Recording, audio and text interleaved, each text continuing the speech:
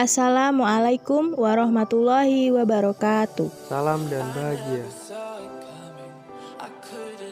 Kerajinan mote-mote ini terdapat di belakang pasar Mulya Asri.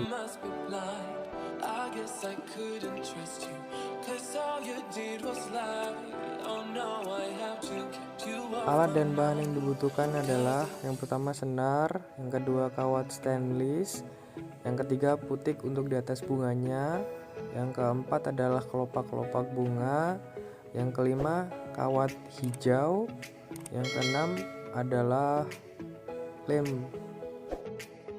Setelah semua alat dan bahan lengkap, yang pertama-tama kita harus melakukan merangkai kelopak-kelopaknya terlebih dahulu dengan menggunakan senar yang telah dipotong dan disesuaikan dengan ukurannya.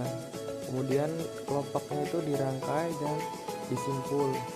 Kemudian kita rangkai putik dan kawat hijau, lalu dililitkan di kawat email tersebut. Kemudian kita rangkai yang putik dengan kelopaknya tadi. Kita butuh 2 kelopak untuk menjadikan satu bunga. Kita masukkan kawatnya ke dalam kelopak tersebut. Kita lengkukan. Kemudian ambil kelopak satu lagi dan kita satukan ke dalam satu bunga ini.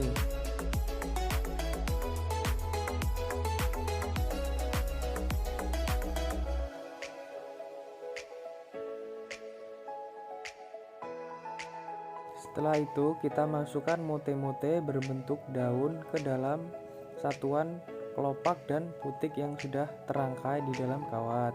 Ketika semua komponen sudah terangkai di dalam kawat, tahap selanjutnya adalah agar lebih lengket dan tidak mudah goyang, kita perlu mengelimnya dengan lem tembak. Sambil menunggu lem kering, tahap selanjutnya kita membuat daun dari mote-mote berbentuk daun. Kita lilitkan dengan kawat hijau. Kita akan membuat 3 bentuk daun. Kemudian kita lilitkan kawat hijau pada kawat email tersebut. Kita lilitkan dari atas hingga ke bawah.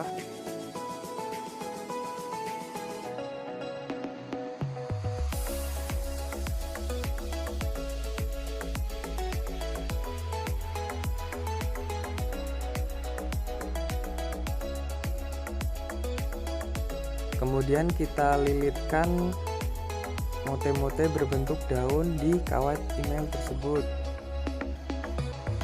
Setelah tiga-tiganya kita lilitkan, lalu kita rapihkan dan kita bentuk menyerupai bunga.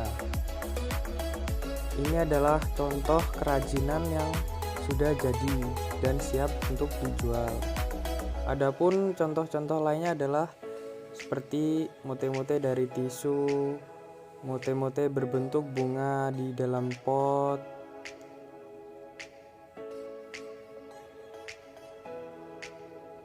kemudian mote-mote untuk wadah permen, ada juga mote-mote untuk wadah rokok.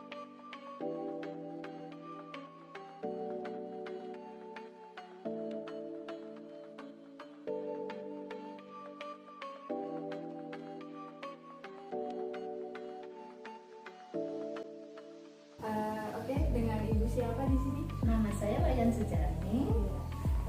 Kerajinan apa yang Ibu buat? Kalau kerajinan khususnya sih jahit sebenarnya. Cuman kalau untuk yang lain itu bisa dari mote, bisa dari rajutan benang. Benang itu juga ada 2 macam, ada yang dari talikur, ada yang dari polyteri. Ada berapa jenis atau berapa macam kerajinan yang dibuat dan dipasarkan? Banyak sih. Kalau dari mote itu, dari mote aja bisa jenisnya ya ini ya, kita sebutkan ya. Ada bisa tas, bisa dompet.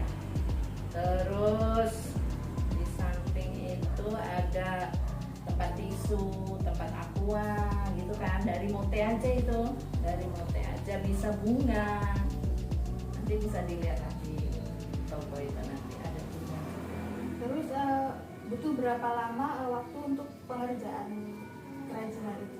Mulai dari yang mungkin dari yang sederhana sampai yang paling susah? Yang sederhana saya rasa bunga ya. Kalau bunga itu sehari kalau kita mau buat 20 pot bisa gitu. Untuk bunga ini ya, untuk bunga. Kalau misalnya untuk tas tergantung ukuran tasnya, model tasnya gitu. Kalau untuk kotak tisu dan yang lain-lain sama, tergantung modelnya. Selanjutnya, sudah berapa lama Ibu menekuni pekerjaan membuat kerajinan tangan ini? Tahun 2015. Iya, tahun 2015. Terus bagaimana awal mula atau sejarah berdirinya toko yang Ibu punya dari mulai merintis sampai sekarang ini? Ya dari awal pembangunan pasar baru itu memang sudah niat mau beli toko ya. Cuman waktu itu kan posisi saya lagi punya bayi kecil, punya bayi.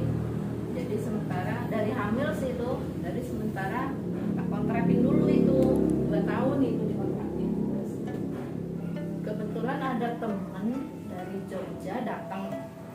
Teman saya itu penjual souvenir di Malioboro. Dari Jogja itu. Terus beliau itu kan melihat kegiatan saya itu kan membuat gini tuh. Oh ya, ternyata kamu bisa buat kayak gini gitu kan. Terus ini orangku loh di Jogja kan kayak gitu. Saya buat gantungan kunci waktu beliau kesini kan buat kesini. Terus bawainlah dia beberapa kan. Begitu di Jogja beliau tuh nelpon, udah Wayang kamu buat apa yang kamu bisa buat nanti kirim ke sini gitu ceritanya. Kirim ke sini saya yang jualin kan gitu awalnya. Belilah saya bahan-bahan itu, bahan-bahan waktu itu mote masih ya, bahannya mote. Terus saya juga menggerakkan ibu-ibu PKK di sini buat membantu saya memproduksi barang itu kan, menggerakkan ibu-ibu PKK. Terus saya kirim. Ternyata sampai detik ini nggak ada kabar gitu. Ceritanya dari temen itu nggak ada kabar. Saya berusaha menghubungi kok ini nggak ada respon. Akhirnya oh ya udahlah, mungkin entah bagaimana di sana kan gue kurang tahu tuh. Akhirnya pas kebetulan kontrakan habis itu, pas kontrakan habis berpikir kan, oh saya buka aja lah ini, buka di pasar aja, mungkin kontrakannya habis. Nah dari situlah mulai buka gitu loh, buka di pasar. Jadi itu sampai saat ini. Itu cara memasarkannya Ibu sekarang ini apa, cuma di toko aja atau bisa online atau gimana, atau cuma di toko aja memasarkan produk yang Ibu buat itu? Kalau saat ini saya online udah enggak sih. Kalau dulu sewaktu belum buka toko malah online. Ya, kalau sekarang malah enggak online. Jadi kan orang udah tahu sih kalau mau nyari bahan mote di toko kita gitu kan, contohnya itulah namanya toko kita kan. Nyari barang-barang kerajinan, barang-barang yang mau kita buat ini cari aja di toko kita. Dan kayak gitu sih. Jadi nggak tahu nanti ke depannya lihat ya. Dalam menjalankan usaha ini kan pasti ada kendala-kendala yang Ibu temui selama ini dalam menjalankan atau mengembangkan usaha ini. Kalau sekarang kerasanya karena ini sih, karena pandemi ini. Nah, karena pandemi, barang yang kita, bahan baku kita, kerajinan kita itu kan dari Jakarta. Yaitu kesulitannya di situ.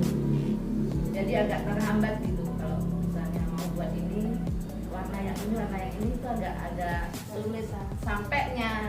Apalagi waktu PPKM ketat yang kemarin itu kan agak susah. Ya itu. Selanjutnya, berapa harga setiap barang atau produk yang Ibu mungkin mulai dari yang sederhana sampai yang paling mahal? Dan yang paling sederhana gantungan kunci, tapi untuk saat ini udah nggak ada barangnya ya, udah nggak ada contohnya. Kalau udah lama sih itu gantungan kunci ya sekitar 5.000. 5.000 paling mahal kotak tisu sofa ya, jadi dia nggak fungsi gini. Itu sampai 250. Berapa omset atau pendapatan yang ibu punya, yang ibu dapat dari menjual produk-produk itu, kerajinan tangan itu? Waduh, nggak pernah sih saya yang nganuin itu, nggak pernah tak hitung. Karena kan penjualan saya nggak hanya itu, Oh, ya. Jadi nggak hanya dari kerajinan.